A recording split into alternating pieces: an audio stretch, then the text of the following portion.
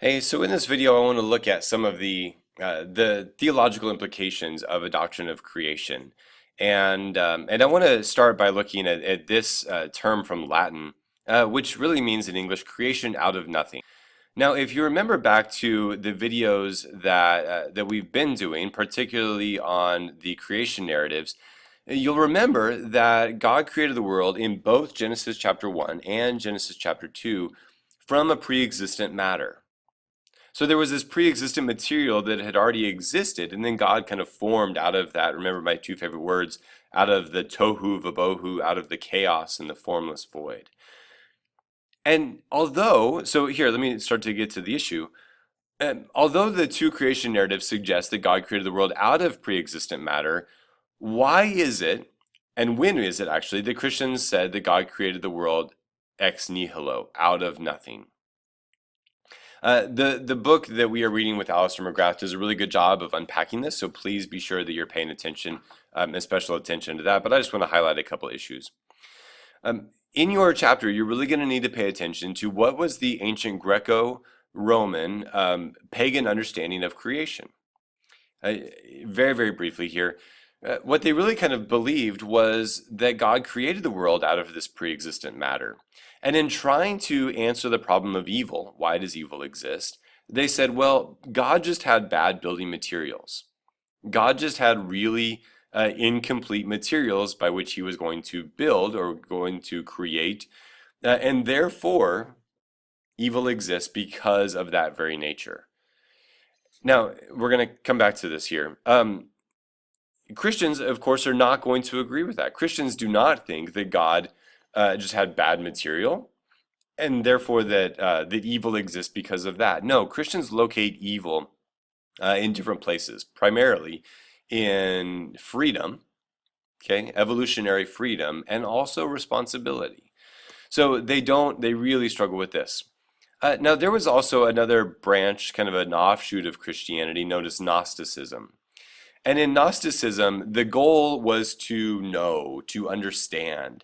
The goal was, and I'll show you an example of this here in a second, the goal was to remove our association to our bodies because the Gnostics believed that bodies were evil, that any sort of physical matter was evil, was broken, and to really attain this higher knowledge. And Christians are going to come out and say, no, matter is not evil. Matter is not bad. The matter that God created is actually good. So I want to take just a second and I want to show you the influence of Platonic philosophy on Christianity. And here, this is kind of the best thing that I could find. So Plato was known for really unpacking this idea that philosophers have labeled dualism. And again, pay attention to your book because your book does a really good job of unpacking what dualism was. But it's the belief that there were two realms, there were two separate realms. And normally, whenever we depict this, we have a realm on top divided by a staunch line, and then a realm below. So in the realm of the forms, so this is the highest realm for Plato, um, this is where perfection exists. So the perfect form of justice exists in this realm of the forms. And so our broken, imperfect idea of justice, which is seen kind of in the Constitution, in the Bill of Rights, in trials, in court, well, those are imperfect. Those are material. Those are necessarily not perfect, but they only reflect just a minor image of the perfection up here. Now, why is it that a little kid, 1.5 or 2 years old, can look at a big old dog? I mean, get rid of this cats. Like a big old hairy dog, and then like a little dog that looks like a rat. Like my mother-in-law has a rat dog, and we have a pointer pit mix, like much, much bigger. How come a little kid can look at the little rat thing, ugh, and then like the big old hairy dog and call them both dog? Well, it's because down here there is an imperfect representation of the perfect form of dog that exists up in the forms. Now, if we were to take this further, you understand that the forms are perfect. And the material representation of them are imperfect. Dualism really allows us to also say that up here in the forms we have good. Okay, it is good. This is the forms, spiritual is good. And down here, maybe evil or imperfect. Up here is the perfect form of justice. Down here, we have injustice in a dualistic world. Up here, we have spirituality. Okay, the spirit is up here. Matter is down here. Up here in the forms, we have the soul. The soul is what's perfect, according to the ancient philosophers. And down here, we have the body. Now, I want you to notice something. All of the things that we said up here, the soul, the spirit, among others, they are good. They are perfect. And down here, matter, the body, is imperfect.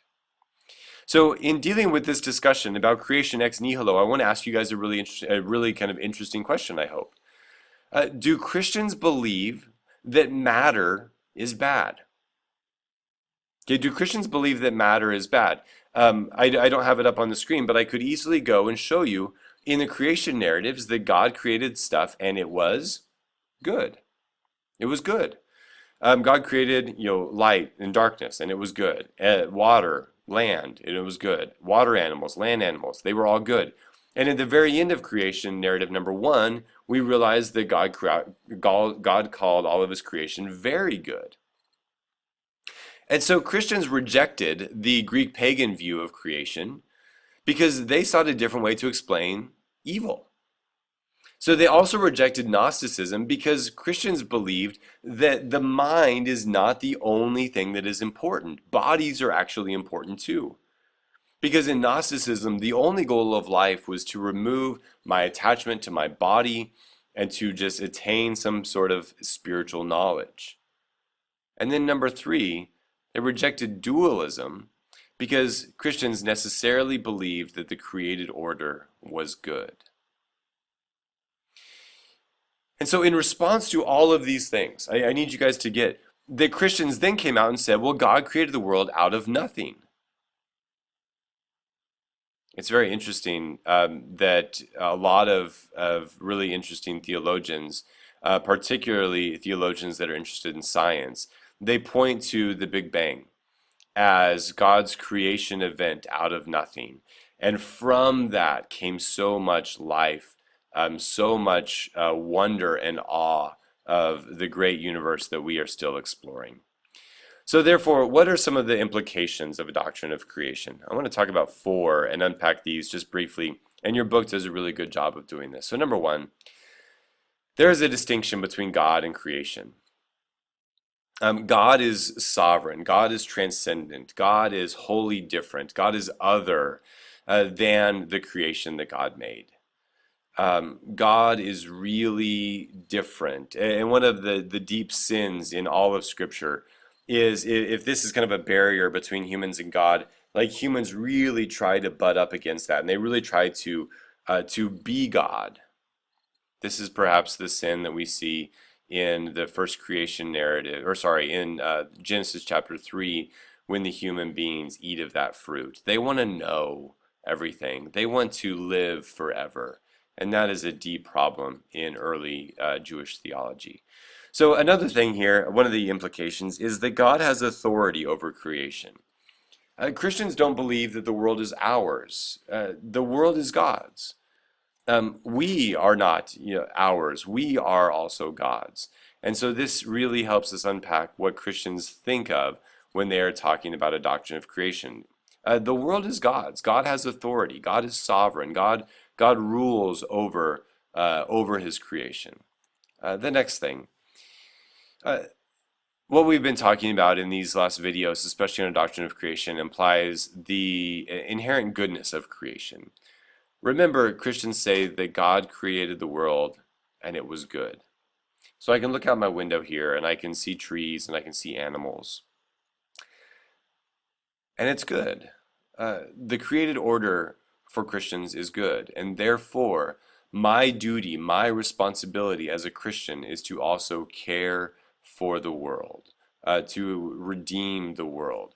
One of the beautiful images in the book of Isaiah is of several different types of creation. So you have animals, you have the aggressive animals, and you have like the predators, and then you have the prey, and then you have they're all on a mountain with trees, and then you have a little child who is playing at the hole of a poisonous snake. And they are all living at peace. The way that the narrative ends is, and they all lived at peace on my holy mountain. You see, in the biblical narrative, so much of the goodness of creation lies in the created order itself because Christians believe that God made it. Interestingly, and we'll get to this point later on, the end goal of Christianity is the restoration of God's creation. And we're going to talk about this next point as we move along in our discussion on Christian theology. But Christians say that humans are created in the image of God. That is one of the deep implications of a doctrine of creation. And so the last thing I want you to really pay attention to and understand in this chapter is the difference between general revelation and divine revelation. A lot of students really struggle with this. Say you're out camping. You are in the mountains of Colorado. It's beautiful. You see, a lake, and there's trees, and the sun's rising, like a beautiful setting. Do you think that you can know God or some attributes of God by looking at creation? Yeah, what do you think? Do you think that you can really know who God is by looking at creation?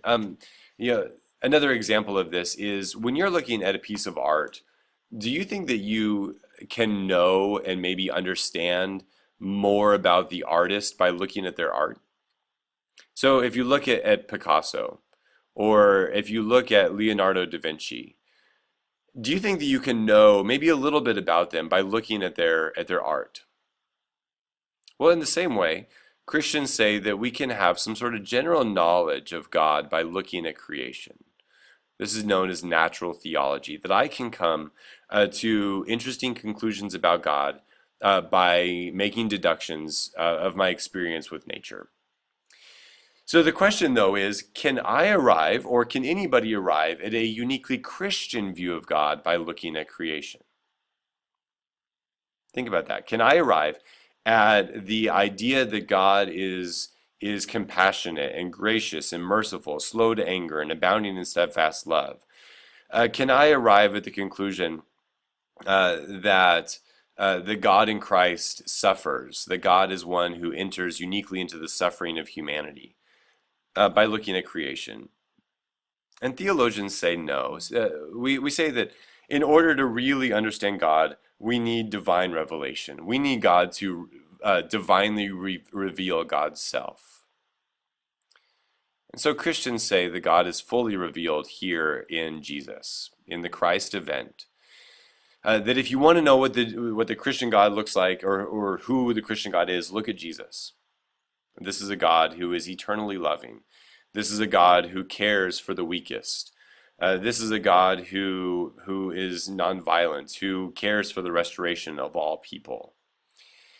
And if you want to know also who this God is, well, you look at the scriptures. Because Christians assert that the Bible is part of the divine revelation of God, written by human hands, but it embodies, inspired by God, it embodies the true nature of the Christian view of God. And then also, and some of you, this will make sense to you, God might reveal God's self to individuals uniquely.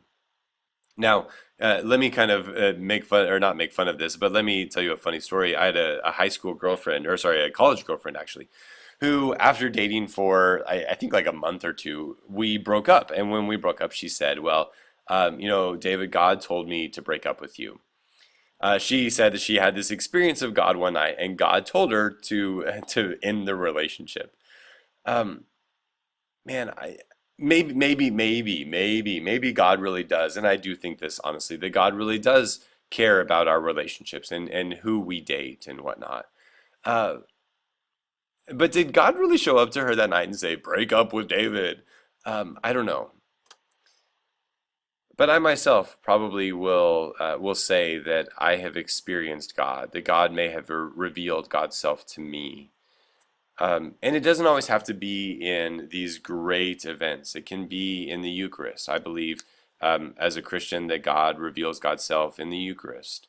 It can be in a camp experience. It can be when you're on a mission trip. It can be when you're sitting at home, watching Netflix. God can reveal God's self in a numerous amount of ways. And so the question here is the difference between general revelation and divine revelation. I was sitting at Starbucks a while back grading papers, and a whole bunch of young people came in. Now, can I assume that they are in high school? Yes. Do I know what high school they go to? No. Pretty soon thereafter, a whole bunch of high school kids came in school uniforms. Now, do I know then by looking at their uniforms what high school they go to? Yes. An example of a difference between general revelation and divine revelation here. Can we come to a general conclusion of God? Yes. Can we also come to a more specific, more unique revelation of God? Absolutely. So I hope that this has helped a little bit to unpack some of the deeper themes of the chapter on creation.